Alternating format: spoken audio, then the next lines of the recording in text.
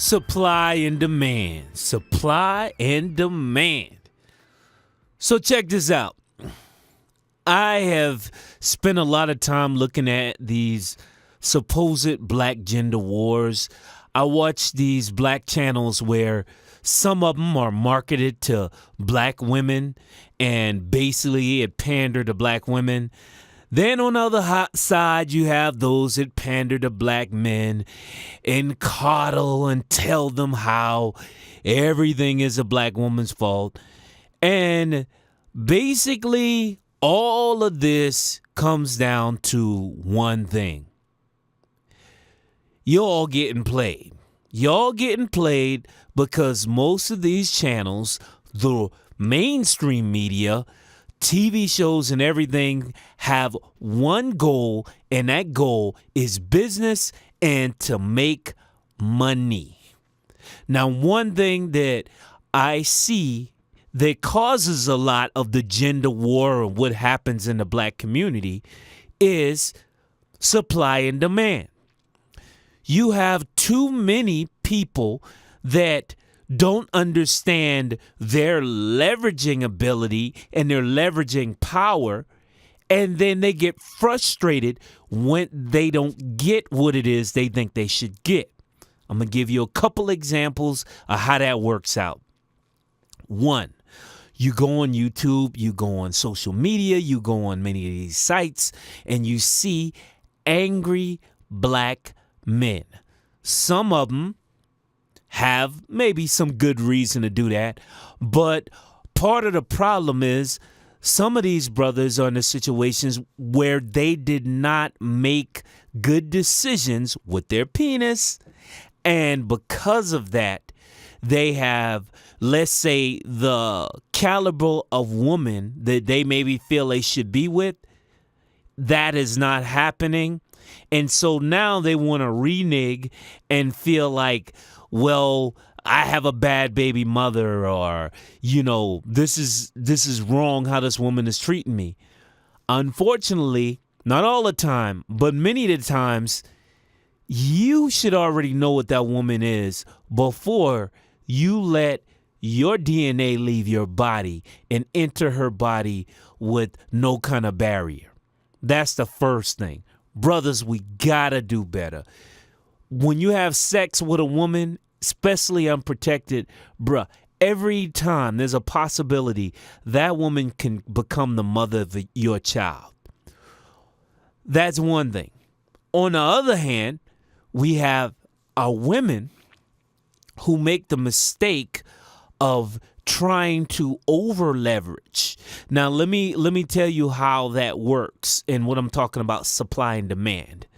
Now, a lot of times we have our sisters who want to tout their education or being independent or this and that. Some of them aren't really in that situation. Some of them are women who maybe have their own apartment because they have, what do you call that stuff? HUD or whatever you want to call it. So that's not truly being independent, and because you can fill out some forms to get on some government programs, because there are plenty sisters that are independent with plenty of degrees and everything, but kind of just like the men, there's going to be a plenty of Mrs. or Miss Me Too, just like there are Mr. Me Too. All of us want to envision that, hey, I'm part of black men, but yeah, you are, but you don't have your stuff together. So unfortunately, you may not be able to leverage with certain levels of black women. And black women have to take that in account for themselves. You see a lot of black women who feel, unfortunately, almost like they're entitled to a certain level of black man. Now, if black women are saying themselves that black men, especially good black men that are financially stable, they're in short supply, then what you're telling me that there's probably a high demand for good black men or black men with certain kinds of qualities. So guess what?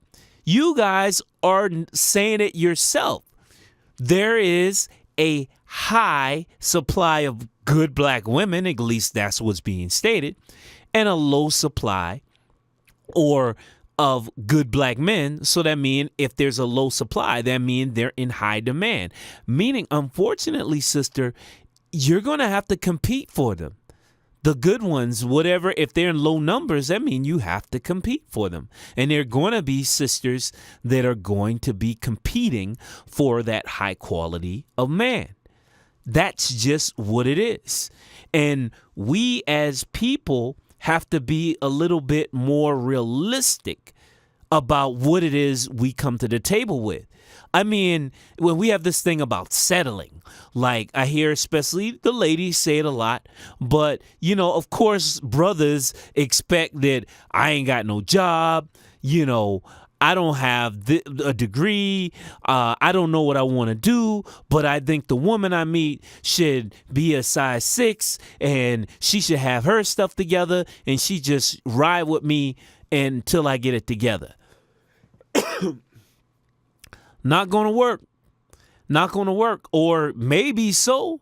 But again, you're going to have to compete probably with some brothers that have more. Okay?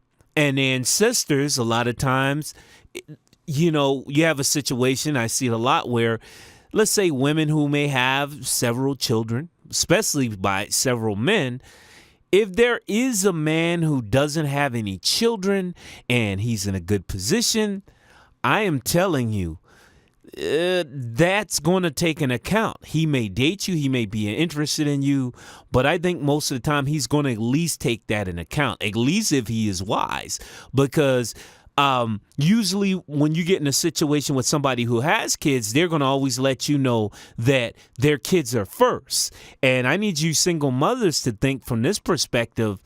A man wants to be number one, especially if he doesn't have any kids. You know, that way if he meets a woman who doesn't have any kids, they could come together and their dynamic could grow together. And I think many times it's like this leveraging thing where, well, a real man should do this and a real man should do that. The same thing with us men, especially if you don't got your stuff quite together. You can't make these big demands on these sisters. You know what I'm saying? So, especially thinking you deserve this and you deserve that. We have to get out of that mindset. It's a horrible mindset. And all I can say is supply side and the demand. You have to look at love and relationship as business, and you have to find a way to make yourself as valuable and as marketable as possible. These people that are sitting on YouTube or on these social media sites, all they want to do is tell you what you want to hear. So you can come up there, lay up on their site, make comments, and get them advertising money. Okay? They do not care whether what they say is 100% true. Wake up, people. Please, supply and demand is just business.